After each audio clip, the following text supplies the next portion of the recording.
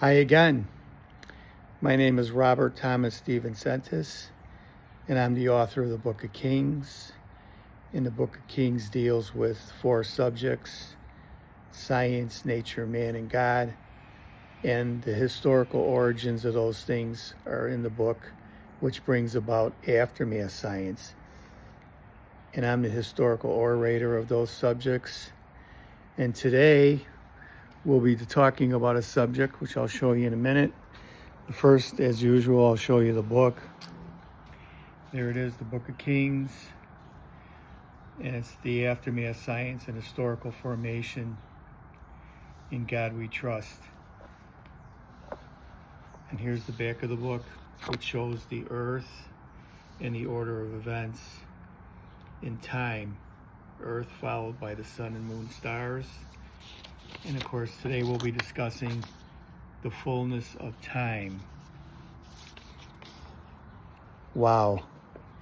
Does anybody really know what time is or where it came about? If you ask the scientists, they're not going to have a complete answer. They can't describe time, but you have to go back to the origins. And as I had said in previous talks, the time itself is the sister of light. In other words, God created light first when he said, "Let there be light." And that light didn't take billions of years to come from anywhere. It was created instantaneously.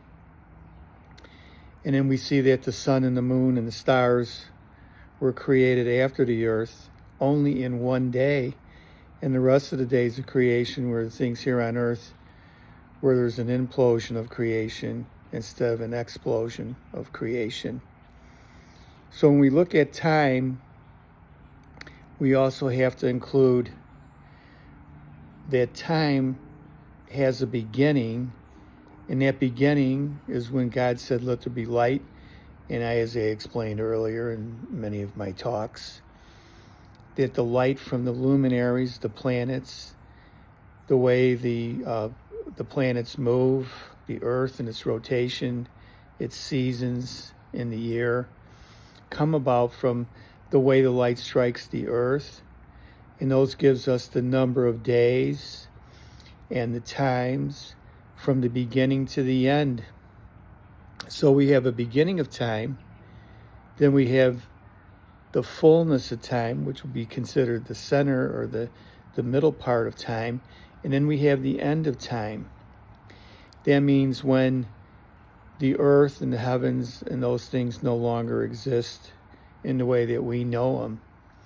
So science is not going to come along and they're not going to give you the correct definition of what time really is. So everything in the Holy Bible talks about the beginning to the end.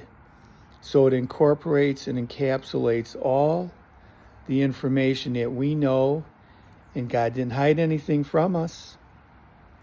So from the very beginning, we have the Holy Bible that was written about after the flood. Actually, Moses wrote the book of Genesis, which incorporates the first world and the things that we know about the first world of God, and how God created man and all the animals, and how that world was destroyed in time because of the problems that came about from man, his violence, his lusts, and these things. And then God made a new covenant after the flood. So these things are all in the Bible. Anybody can find them.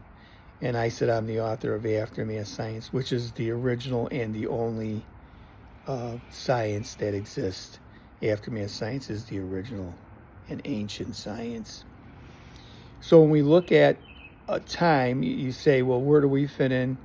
And many people have said, well, God delays this and God delays that. No, God has a time clock.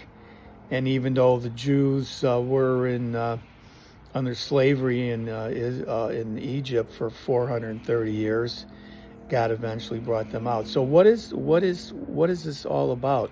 So if you come back and we look at the church and where we are today, well, the church was spoken about in the Garden of Eden, and those things were going to come about through the woman. And who was the woman that would eventually bring about the Word of God, which becomes flesh. That's Jesus Christ. So there's a long history, and the revelation of God and all the things that are included in the Bible and the historical origins start with that. And all the way up to the Virgin Mary, and the Virgin Mary was the vessel, like the Ark of the Covenant, that the Jews carried, the showbread and the Ten Commandments. This Ark is the Ark of the Ten Commandments. And of course, I had showed through the talks that God would not create his Ten Commandments unless he couldn't live under them. And of course, Jesus Christ was born under the law. So then through the time history, reading all the way up to Noah and all the people that were involved, there was a waiting period, because God knows every one of us, and we fit into that category where God is waiting for us, where God said he knew each and every one of us from the foundations of the world. He knew how we were knit in our mother's wombs and everything else to that degree. So that's what you have. So you have these waiting periods, and of course after the flood, the destruction, then we have Abraham, God waiting for Abraham to be born, then eventually all the way leading down to Isaac and Jacob, and then all the way leading down to Moses. So Moses didn't come along for 430 years after the Jews were down through Joseph, down through Pharaoh, down in Egypt, and eventually they got their freedoms from there. So now we keep waiting, and we keep waiting, and we keep waiting. And down through the centuries, we have Jesus Christ, then born of the Virgin Mary. And that's the new covenant, which was spoken of from the very beginning. And then we have the chronological order that includes you and I. Even though we may not play a significant part in the Bible, we are part of the generations leading from Adam, and God waiting till the end of time. So we have the fullness of time. And again, we can know this by the planetary movements. We had the Star of Bethlehem, and that was born in that was brought about in the fullness of time at the birth of Christ. And now we're moving toward the end of times. So after Christ, we're moving toward the ends of times, and we're always in that. And there's certain things that are brought about in the Bible that everybody's trying to determine when God is going to return. If he's delaying his return, as many people have said, and they've lost their patience. They've turned back against the Ten Commandments of God. And the church and all these things have happened in our lifetime. So what we need to do, and again, these talks that I give are for your benefit, that should bring you back to God and the revelations that he has wanted you to realize and to be a participant in.